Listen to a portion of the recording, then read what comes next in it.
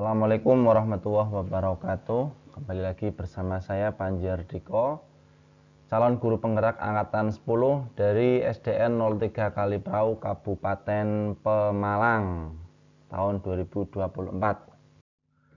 Pada video kali ini, izinkan saya akan memaparkan hasil dari tugas yang telah saya kerjakan, yaitu koneksi antar materi modul 3.2 pemimpin dalam pengelolaan sumber daya.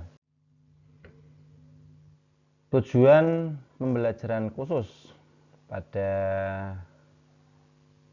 pembelajaran kali ini yaitu CGP mampu menghubungkan materi modul ini dengan modul-modul yang didapatkan sebelumnya. Ada 4 yang akan kami paparkan. Ini saya pandu dengan 4 pertanyaan. Yang pertama, ini buat kesimpulan. Yang kedua, jelaskan serta contohnya hubungan pengelolaan sumber daya ini terhadap murid agar lebih berkualitas pembelajarannya. Yang ketiga, contoh bagaimana materi yang dihubungkan dengan modul lain selama mengikuti pendidikan guru penggerak. Yang keempat, ini saya akan menceritakan hubungan antara sebelum dan sesudah saya mengikuti modul ini serta perubahan yang telah saya lakukan.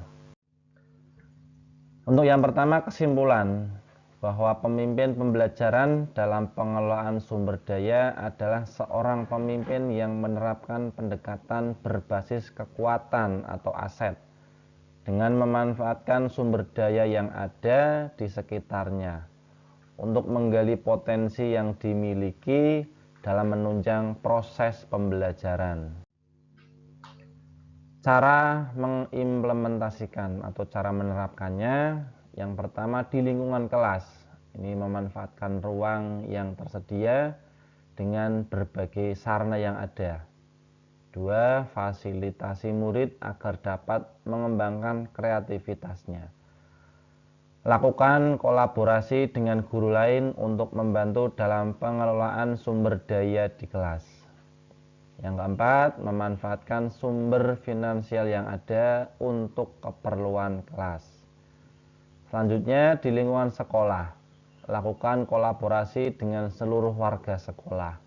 Bentuk komunitas sekolah yang memiliki tujuan yang sama untuk mengembangkan sekolah. Manfaatkan sarana dan prasarana yang ada. Selanjutnya, manfaatkan lingkungan sekolah yang belum diolah. Selanjutnya, gunakan sumber finansial yang ada untuk keperluan sekolah. Yang ketiga, di lingkungan sekitar sekolah, ini yang pertama, bangun relasi dengan masyarakat sekitar sekolah. Kedua, kerjasama dengan orang tua murid untuk membantu kegiatan sekolah. Ketiga, kerjasama dengan pihak luar, misalnya lembaga kesehatan, kepolisian, dinas pendidikan, lingkungan, dan lain sebagainya. Yang keempat, ikut mengembangkan kebudayaan wilayah sekitar sekolah. Selanjutnya, pengelolaan sumber daya yang tepat akan membantu proses pembelajaran murid menjadi lebih berkualitas. Terdapat 7 aset utama yang dimiliki sekolah untuk dapat mengembangkan sumber daya yang ada, yaitu modal manusia, modal fisik, modal sosial, modal lingkungan atau alam, modal finansial, modal politik, dan yang terakhir modal agama budaya. Jika ketujuh aset tersebut dikelola dengan baik, maka akan membantu proses pembelajaran murid menjadi lebih berkualitas. Contoh, yang pertama ini modal manusia. Kepala sekolah dan guru yang menjalankan nilai dan perannya sebagai pemimpin serta memaksimalkan pengetahuan dan keterampilannya dalam mengajar akan membuat pembelajaran lebih berkualitas, sehingga meningkatkan prestasi belajar murid. Kedua, modal fisik. Sarana dan prasarana serta seluruh ruangan di sekolah jika dikelola dengan baik akan menunjang kegiatan belajar mengajar sehingga kualitas pembelajaran dapat meningkat. Selanjutnya, modal sosial. Norma dan aturan yang jelas seperti tata tertib atau keyakinan sekolah dibuat agar murid memiliki kesadaran diri akan pentingnya disiplin positif, sehingga akan tercipta suasana pembelajaran yang kondusif, aman, dan nyaman. Modal lingkungan. Lingkungan yang ada di sekitar sekolah dapat menjadi salah satu sumber belajar yang dapat dimanfaatkan untuk menunjang proses pembelajaran yang kreatif. Modal politik berikutnya. Kebijakan kepala sekolah dapat meningkatkan pembelajaran yang berpihak pada murid ini. Selanjutnya, kerjasama sekolah dengan dinas pendidikan seperti mengadakan pelatihan, workshop, dapat juga meningkatkan kualitas pembelajaran yang dilakukan. Atau yang sekarang ini adalah Boskinoja. Jadi dapat meningkatkan kualitas guru juga. Selanjutnya, modal finansial. Pemanfaatan dana bantuan operasional sekolah atau BOS untuk keperluan operasional sekolah dapat menunjang proses pembelajaran yang lebih berkualitas. Terakhir, yang ketujuh, modal agama dan budaya ini. Kegiatan pembiasan di sekolah yang sudah saya lakukan, ini setiap pagi saya sudah melaksanakan, yaitu membaca surat-surat pendek dari Ad-Duha sampai Anas, disambung dengan Asmaul Husna. Juga seperti berdoa sebelum belajar, sholat berjamaah, baik sholat duha maupun sholat zuhur. Gotong royong saya laksanakan setiap hari Jumat dan Sabtu. Kalau Jumatnya untuk senam, Sabtunya untuk K3. Ini dapat mengubah perilaku murid lebih berakhlak, sehingga mempermudah dalam pemberian materi pembelajaran. Selanjutnya ini koneksi atau keterkaitan dengan modul lain. Dengan modul 1, modul 1 itu guru dapat berperan sebagai pemimpin yang menuntun segala kodrat murid dengan mengembangkan segala potensi yang dimiliki murid. Ini modul 1.1, artinya paradigma pembelajaran. Modul 2 ini sebagai pemimpin pembelajaran, guru dapat mengembangkan keterampilan yang dimiliki untuk meningkatkan pembelajaran yang berpihak pada murid. Modul 2, pembelajaran yang berpusat pada murid. Modul 1.3 ini visi guru penggerak. Jadi seorang pemimpin harus memiliki visi ke depan, intinya untuk yang terbaik.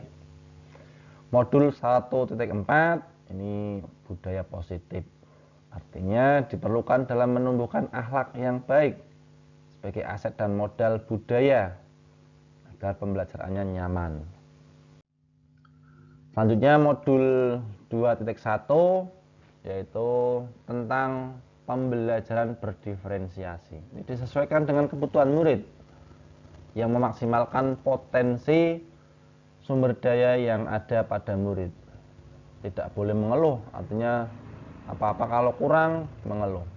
Tidak, tapi kita maksimalkan potensi yang ada di sekolah. Modul 2.2 ini tentang mengelola sumber daya, bahwa seorang pemimpin diperlukan kemampuan sosial emosional. Modul 2.2 adalah PSE, pembelajaran sosial emosional. Ini juga harus diterapkan, jadi sangat relevan, sangat terkait. Modul 2.3 ini tentang coaching, atau istilahnya bahwa pemimpin harus menerapkan teknik coaching dalam melakukan segala tindakan untuk pengelolaan sumber daya yang ada di lingkungan. Coaching yang baik sehingga memanfaatkan sumber daya yang ada di sekolah. Boleh mengeluh tetapi tetap semangat. Selanjutnya modul 3.1 dengan modul 3.2. Modul 3.1 itu pengambilan keputusan sebagai seorang pemimpin yang berbasis nilai kebaikan atau kebajikan. Nah, dalam melakukan pengelolaan sumber daya, bahwa seorang pemimpin harus mampu mengambil keputusan yang baik, terutama yang berpihak pada murid, untuk meningkatkan kualitas pembelajaran. Juga di ekosistem sekolah akan tercipta lingkungan yang baik dan nyaman untuk pembelajaran. Pemahaman konsep sebelum dan sesudah mempelajari modul 3.2. Sebelum saya mempelajari modul ini, mungkin saya hanya berpikir bahwa aset itu adalah segala sesuatu yang hanya berupa benda fisik saja yang di lingkungan sekolah. Serta lebih banyak berpikir kekurangan atau masalah yang ada di sekolah saja tanpa berusaha mencari solusi. Artinya ukurannya, karena tidak ada, misalkan dana bos sudah ada perencanaannya, misalkan ada kegiatan yang mungkin berpihak pada murid, karena tidak ada, jadi tidak dilaksanakan tanpa mencari solusinya. Tetapi setelah saya mempelajari modul ini, saya baru memahami ternyata terdapat 7 aset utama yang dapat dikembangkan untuk dapat membangun sekolah.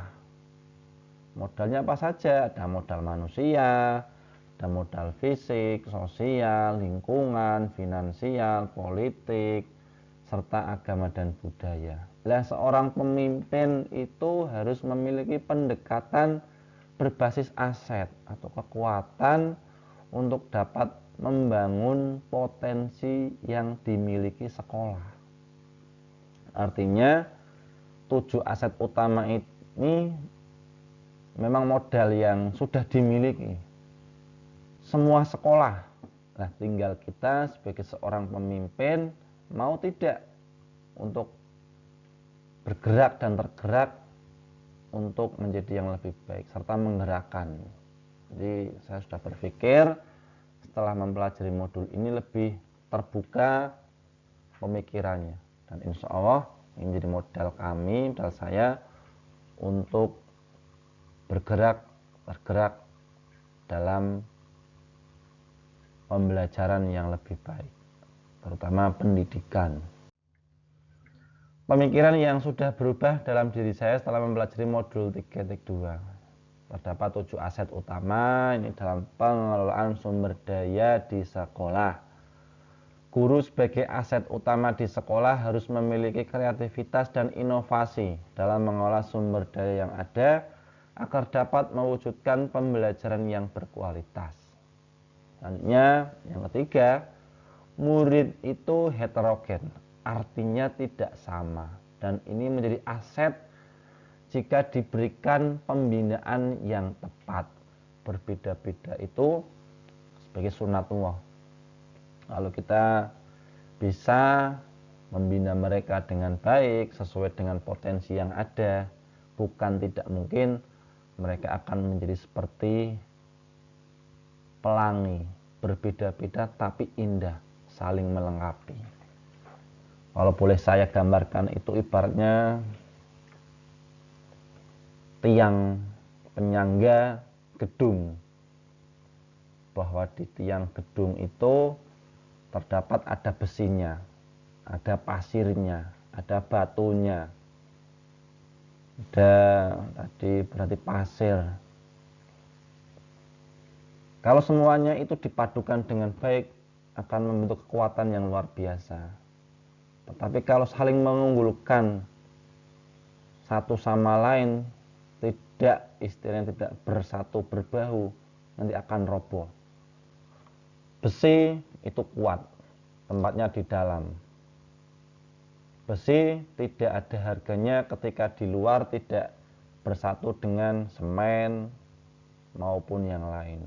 Sama juga dengan halnya semen. Semen saja tidak ada besi, juga akan rapuh. Pasir saja tidak ada semen besi, tidak bisa menyangga gedung. Nah, itunya. Dari pemaparan ini, murid itu ibaratnya berbeda-beda. Kalau kita bina dengan baik, insya Allah akan menjadi sesuatu yang luar biasa dan menjadi maju negara kita.